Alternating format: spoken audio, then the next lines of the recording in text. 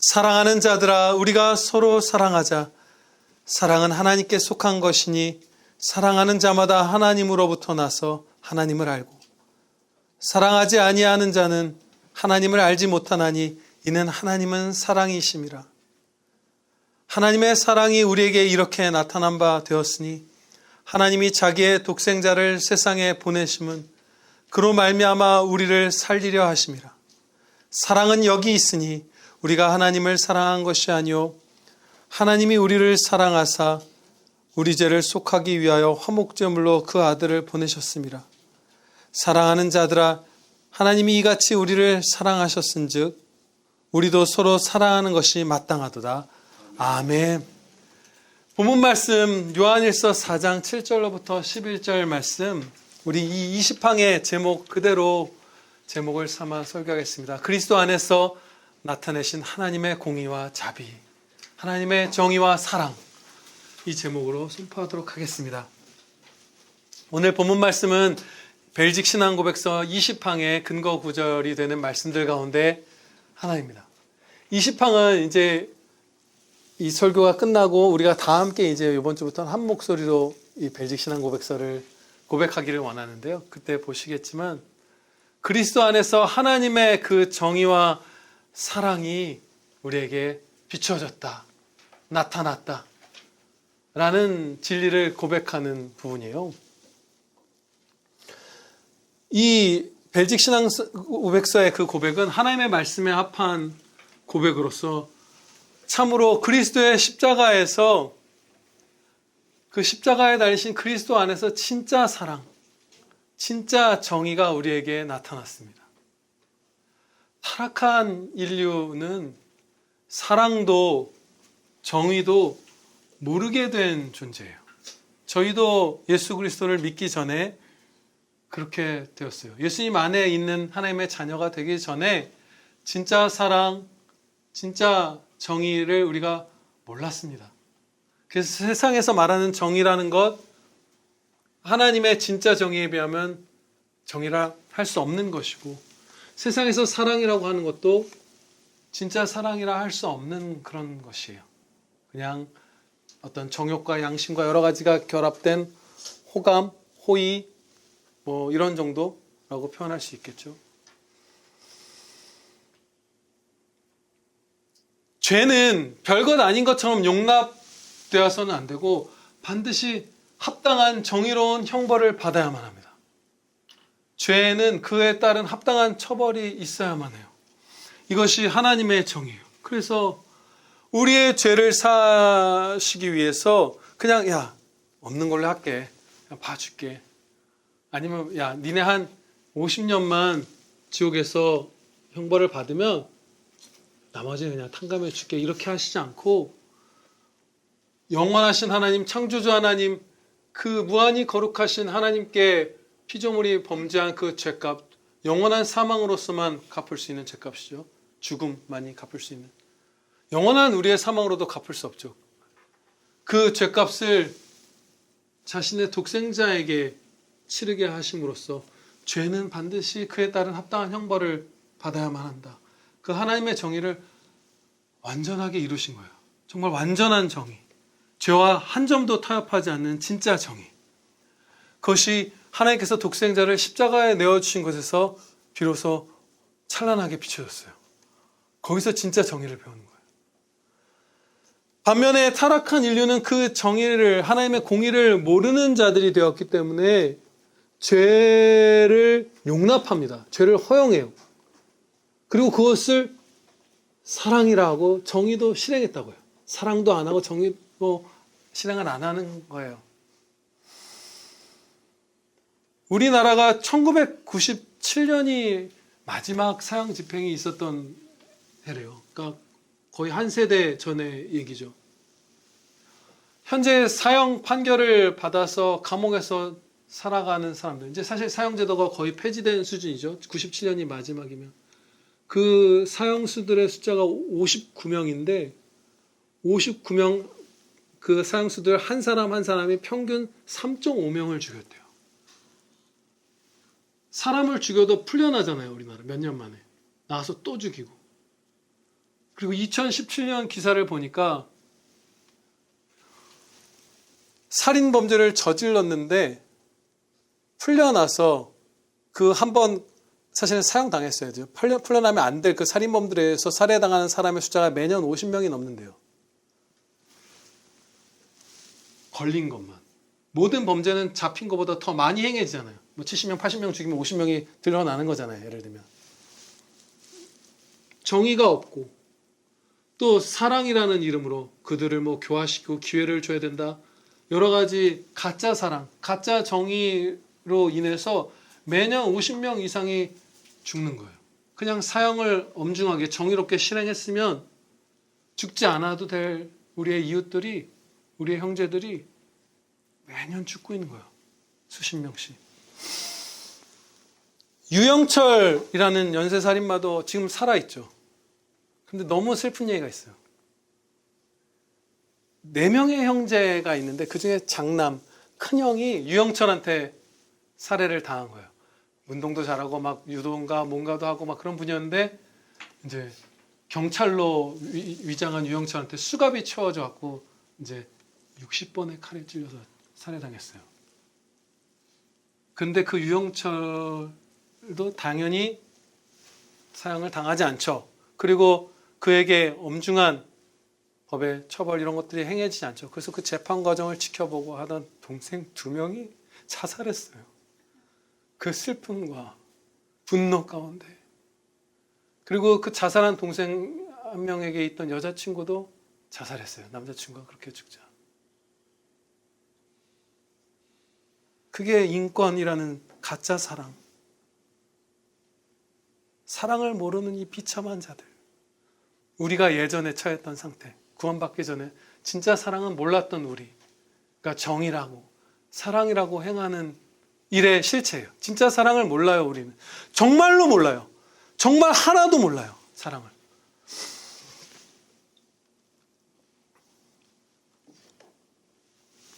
정의도 몰라요. 없어요. 그러면 진짜 정의는 이제 우리는 알죠. 죄에 대한 합당한 처벌을 독생자에게 우리의 죄를 지시고 그를 죽게까지 하신 죄랑은 한 점 타협 없이 정의로운 판결을 반드시, 형벌을 반드시 내리는 것. 이것이 진짜 정의예요. 예수님께서 사람의 몸을 입고 오셔야만 우리를 구원하실 수 있었던 한 가지 이유를 또 추가적으로 배울게요. 지금까지 배운 것들 여러 가지가 있지만 그것은 예수 그리스도께서 죽으셔야만 우리의 죄값을 치르실 수 있는데 신성을 따라서는 어떠한 고난도 죽음도 당하실 수 없잖아요. 하나님이 죽으실 수 없잖아요. 하나님이 고통당하실 수 없잖아요. 그래서 인성을 따라서 고난당하신 거예요. 그리스도께서 죽으셨다는 것은 하나님이 신성을 따라서 죽으셨다는 말씀이 전혀 아닙니다. 결단코 아니에요. 한 위격 안에 신성과 인성을 다 가지신 신인 하나님이시면서 사람이신 그리스도가 인성을 따라서 우리 대신 죽음의 형벌을 받으신 거예요. 그래서 사람의 몸을 입고 이 땅에 오신 거예요. 그럼 진짜 사랑은 무엇인가?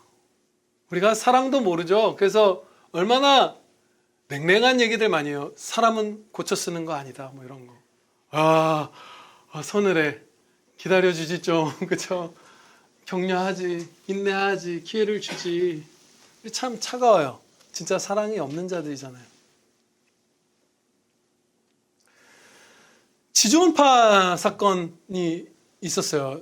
연쇄살인 집단이라고 보면 될 것 같아요. 제가 어렸을 때 93년부터 4년까지 범죄를 저지르다가 잡혔어요. 8명이 일당이었는데 제가 예전에 어렸을 때 이제 초등학교 뭐 한 5학년 뭐 이럴 때 봤겠죠. 4학년, 5학년. 근데 다시 찾아보니까 훨씬 더 무서웠던 사람들이더라고요. 그 리더인 사람이 한 번 그 살인 집단, 부자들을 죽여서 돈을 빼앗자 막 이렇게 하는 그 집단을 만들다가 이제 실패한 거예요. 그 멤버로 모집했던 사람들이 겁먹고 도망쳤어요. 그래서 대화술 같은 거 책도 읽고 공부를 해서 이 조직을 진짜 휘감아야 되겠다, 내 혀로. 자신을 사탄의 대리자라고 막 그렇게 표현하거든요. 그 사람은. 근데 그래서 공부해서 8명으로 조직을 꾸렸어요. 그래서 막 우발적으로 막 사람들을 죽이고 다닌 것이 아니라 아주 체계적으로 했는데 1년 동안 다 같이 일을 해갖고 막노동하고 막 이런 사람들이었거든요. 일을 해서 건물을 지었어요. 그거 얻었어요. 살해를 위한 사람을 죽이기 위한. 그래서 2층으로 이루어져 있는데 지상 1층, 지하 1층인데 지하에는 감옥하고 시체 소각장을 만들었어요. 그리고 그 8명이 백화점에서 롯데백화점인가에서 VIP 명단 1200명인가 부자들 명단을 입수했어요. 그리고 무기들을 입수했는데 잡혔을 때 그 아지트에서 다이너마이트가 23개가 발견됐어요. 총이 2자루. 총과 다이너마이트를 가진 사람이 됐어요. 그리고 대검 4개, 그리고 지팡이로 속인, 그러나 사실은 속에 칼이 들어있는 지팡이 칼 7개. 그래서 사람들을 가둬서, 한 명 여자는 가둬서 노예로 식모처럼 쓰고 막 살인하고 이러면서 다녔던 사람들이에요. 거의 우리나라 역사상 가장 사악했던 범죄자들 중에 하나예요. 그런데 하나님께서 사랑하시잖아요. 하나님께서 사랑하시는 그 사랑은 그런 사람들의 죄도 그리스도의 보혈로 만약에 택한 자들이라면 다 사해 주시는 거잖아요. 그 지존파의 8명 중에 누군가가 하나님께서 창세전에 그리스도 안에서 택한 자라면 그를 위해서 그리스도께서 십자가에 달려 죽으신 거잖아요. 우리도 마찬가지였죠. 우리는 뭐 좀 낫나요? 우리는 잠깐 한 대 맞으면 될 만큼 죄를 범했던 사람들이 아니요. 영원하신 하나님, 무한히 거룩하신 하나님께 범죄한 피조물로서 영원토록 지옥에서 불타야만 하는 죄인들이었어요. 조금 덜 죄악되긴 하죠. 지옥의 형벌도 차등이 있습니다. 그 죄악의 정도에 따라서. 그러나 우리도 영원한 사망의 형벌을 받아 마땅한 자들이었어요. 그런데 진짜 사랑을 십자가에서 보았잖아요. 독생자를 내어주시는 그 사랑. 우리가 원수 되었을 때 독생자를 내어주신 그 사랑. 하나도 좋은 점이 없을 때 우리에게 사랑받을 만한, 구원받을 만한 점이 없을 때. 그래서 그 교도소에 출입하는 목사님들, 교도소 안에 있던 예수님을 믿는 분들, 또 교도소 밖에서 그들에게 또 성도들이 그들을 위해서 기도하고 편지를 보냈어요. 사랑의 교회 이재명 집사라는 분이 편지를 또 보내서 그 기록, 답장 받은 것들이 기록이 남아있고, 또 특히 그 안에 문장환 목사님인가 하는 분을 통해서 그분들이 많이 회심한 것 같더라고요. 그래서 그 가운데 정말 이 사람, 여러 사람들이 이제 예수님을 믿는 것을 고백했는데 그 말과 행동과 그 모든 것에서 정말 구원받았구나. 그 증거를 막 뿜어냈던 사람들이 있어요. 그 중에 하나가 김현양이라는 사람이에요. 20대 초반에 이제 사형 당했어요. 이 당시엔 사형 집행이 됐으니까. 이 사람은 인육을 먹었던 사람이에요. 나는 인간이기를 포기하기 위해서 사람 고기를 먹었다. 그걸 했던 사람이에요. 살인은 뭐 말할 것도 없죠. 그런데 문장식 목사님이네요. 이제 사형 당하는 날이었어요. 사도신경으로 신앙 고백을 하고 찬송가 188장 만세반석 열리를 부른 다음에 문 목사님이 네가 낙원에 있으리라 하는 제목으로 설교를 하셨어요. 사형 직전에 이렇게 말했대요. 세상에 사랑이 있는 줄 알았다면 살인자 사형수가 안 됐을 것이다. 자기가. 진짜 사랑을 모르는 거예요. 우리는 사형수까지는 안 됐지만 예수님 믿기 전에 사랑을 모르는 채 얼마나 악하게 살았던가요? 마지막에 이런 말을 남겼습니다. 피해자 가족에게 용서를 빕니다. 나는 큰 죄를 짓고 죄인의 몸으로 이곳에 왔지만 내가 모든 것을 잃었다 할지라도 예수님을 믿고 구원 얻게 되어 기쁩니다. 여러분도 예수님을 믿고 천국에서 만납시다. 이 고백을 하고 찬송가 543장 저 높은 곳을 향하여를 부르고 문 목사님이 축도하고 예배를 마친 다음에 종교위원들이 다 같이 찬송가 305장 나 같은 죄인 살리시니를 부르고 이제 아침 8시 25분에 사형이 시작돼서 35분에 소천하셨는데 벗어놓은 신발에 성경 구절이 이렇게 있었대요. 그게 아마 신발에 그 말씀을 멸시한 사람이 아닌데 신발에 둔 건 아마 거기 안에 이렇게 보존하고 그리고 말씀이 내 발에 길이기를 소원했던 것 같아요. 뭐 이런 데 써놓을 수는 없잖아요. 그 규율이란 게 있으니까. 누가복음 23장 43절 말씀 한번 펴보시겠습니다. 누가복음 23장 43절. 제가 여기다가 23장 43절 말씀입니다. 제가 봉독하는 것보다 우리 함께 138페이지 누가복음 23장 43절 예수께서 이 말씀 우리 한 목소리로 봉독하시겠습니다. 시작. 예수께서 이르시되 내가 진실로 내게 이르노니 오늘 내가 나와 함께 낙원에 있으리라 하시니라. 아멘. 이 말씀이 한 신발에 있었고 또 야고보서 4장 14절 말씀. 야고보서 4장 14절 말씀도 한번 보실까요? 야고보서 4장 14절 말씀입니다. 신약성경 375페이지 야고보서 4장 14절 말씀 제가 봉독하겠습니다. 내일 일을 너희가 알지 못하는도다. 너희 생명이 무엇이냐? 너희는 잠깐 보이다가 없어지는 안개니라. 우리가 이 말씀을 붙들고 회개의 기회는 오늘뿐이라고 했죠. 오늘 살아 숨쉬는 하루가 주어졌으며 오늘 회개하는 거예요. 나의 죄를 회개하고 믿지 않는 분들은 예수님을 믿고 그렇죠. 그렇게 해서 이 김현양이라는 그 사악한 죄인이 하나님의 사랑으로 말미암아 구원받았어요. 그리고 한 분을 더 살펴보고자 합니다. 그 8분들 중에 회심한 몇몇 사람들 중에 강동은이라는 형제님이에요. 이 살인자를 우리가 형제라고 부를 수 있는 것은 그리스도께서 하나님께서 정의롭게 그 죄값을 다 치러주셨기 때문이에요. 감히 우리는 함부로 말할 수 없어요. 세상에서는 함부로 용서하죠. 어떤 여성분이 그 토론회에 나와서 사형수들을 사형을 엄중하게 정의롭게 집행해야 된다고 할 때 그 반대편에 서서 말하기를 사형제를 하면 안 된다 하면서 우리 사회는 용서가 없나요? 막 이러면서 잘난 척을 하는 걸 들었어요.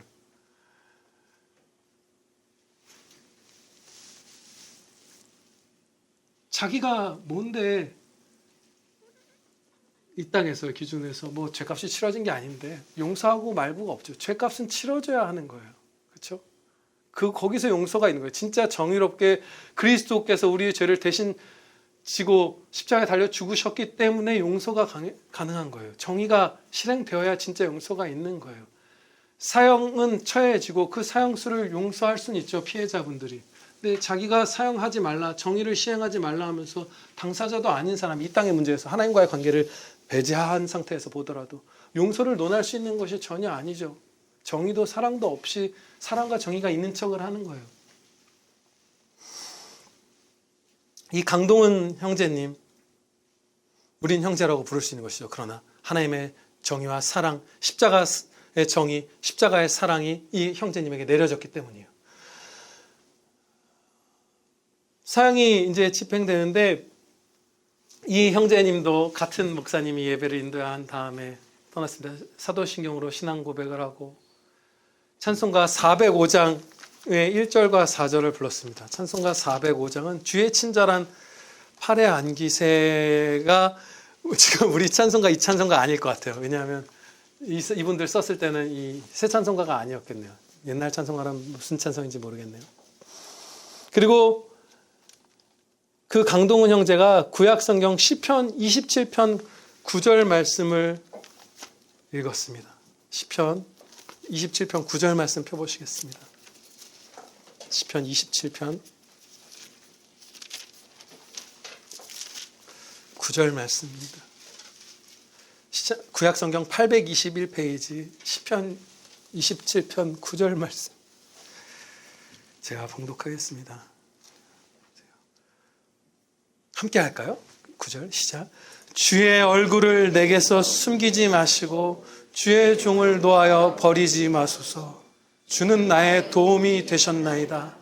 나의 구원의 하나님이시여 나를 버리지 마시고 떠나지 마소서.